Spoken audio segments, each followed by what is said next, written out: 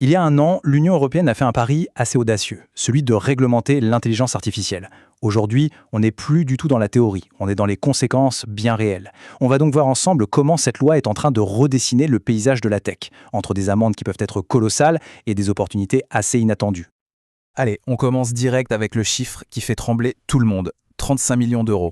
Voilà le ticket d'entrée, si on peut dire, pour ne pas avoir respecté les règles. Forcément, avec des enjeux pareils, l'IA dite responsable n'est plus juste une jolie idée éthique. Non, non, ça entre directement dans la stratégie financière. C'est devenu une pure nécessité commerciale.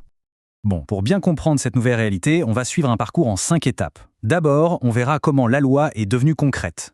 Ensuite, quelles sont les sanctions, le vrai dilemme que ça pose aux entreprises, le défi absolument crucial des compétences, et enfin, comment cette contrainte peut peut-être se transformer en avantage. C'est parti.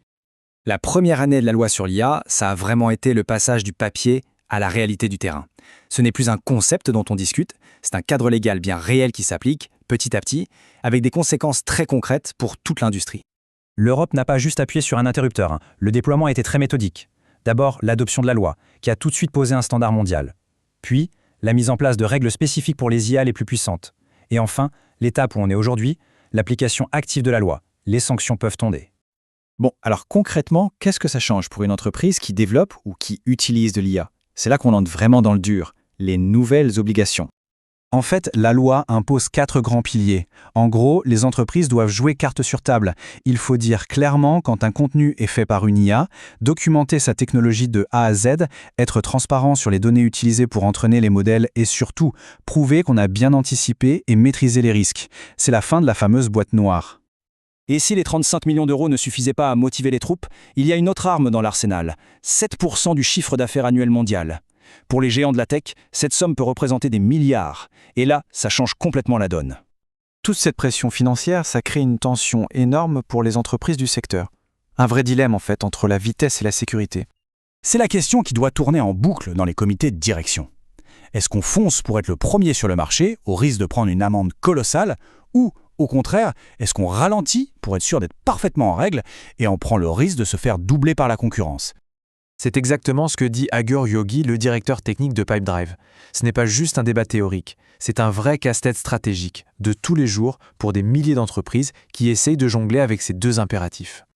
Et ce qui est intéressant, c'est que le vrai blocage, finalement, ce n'est pas la technologie, c'est l'humain. Une étude de Pipedrive montre que près de la moitié des entreprises se sentent perdues.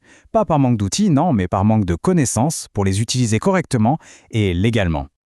Ça nous amène au cœur du problème. Respecter la loi sur l'IA, ce n'est pas juste un défi technique qu'on peut résoudre avec quelques lignes de code. C'est avant tout et surtout un défi humain. Et c'est un défi immense, parce que l'IA, ce n'est plus un truc de niche. D'après McKinsey, quasiment 8 entreprises sur 10 en utilisent déjà. Ça veut dire que ce manque de compétences, ce n'est pas un problème pour demain, c'est une crise silencieuse qui se passe maintenant. Les chiffres de Coursera sont assez parlants. Ils montrent un vrai décalage. Les dirigeants, ils voient bien qu'il y a des lacunes sur l'IA dans leurs équipes. Et pire, plus de la moitié pensent que leur personnel n'a tout simplement pas les compétences pour le futur. Face à la loi, cette prise de conscience est non seulement tardive, mais elle devient aussi très très urgente. Alors pour combler ce fossé, la loi insiste sur un concept clé, la supervision humaine, ce qu'on appelle les garanties human in the loop. L'idée est toute simple, peu importe la puissance de l'IA, un humain doit toujours avoir le dernier mot, pouvoir garder le contrôle et intervenir si besoin. Et comme l'explique très bien Eduardo Crespo de PagerDuty, cette supervision humaine, ce n'est pas juste une case à cocher pour être en règle, c'est une stratégie indispensable pour que l'IA reste un outil au service des gens et pas un truc qui les dépasse ou leur fait perdre confiance. Bon, jusqu'ici, on a beaucoup parlé de défis, de contraintes, de problèmes. Mais, et si on retournait la question?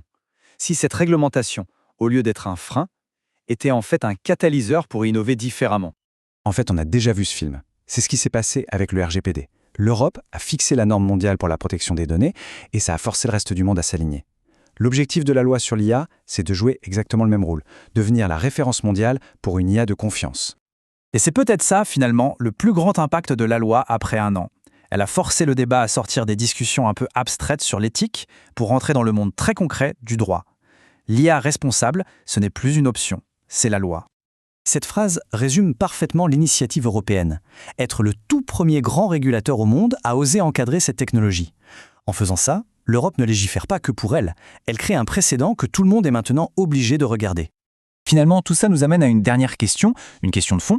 Est-ce qu'on doit voir cette réglementation comme un obstacle qui freine l'innovation, ou plutôt comme une sorte de feuille de route, un guide pour construire un futur où l'IA sera non seulement puissante, mais aussi digne de confiance? La réponse à cette question pourrait bien définir qui seront les leaders de demain.